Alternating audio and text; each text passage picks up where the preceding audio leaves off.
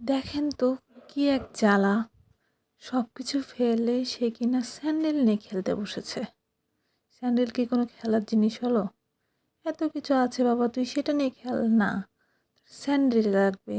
আর এদিকে কিউটি দেখতে আসছে যে এ ছেলে কি পাগলা হয়ে গেল নাকি, শেষমেশ স্যান্ডেল কামড়াচ্ছে কিসের জন্য? এ কি কামড়ানোর জন্য, খেলার জন্য আর কিছু পেলো না? বাকিগুলো উকি ঝুঁকি দিচ্ছে। ওপস, আমার পা চলে এসছে। কী করবো বলেন, ওদের খেলা দেখতে দেখতে আমি ভুলেই গেছি যে আমি ভিডিও করছি। দেখেন তো কী এক অবস্থা, স্যান্ডেল নিয়ে কামড়াকামড়ি, এগুলো কি সহ্য হয়?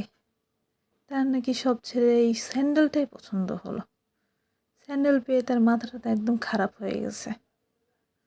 আপনাদেরও বাচ্চা কাচ্চা এরকম করে নাকি?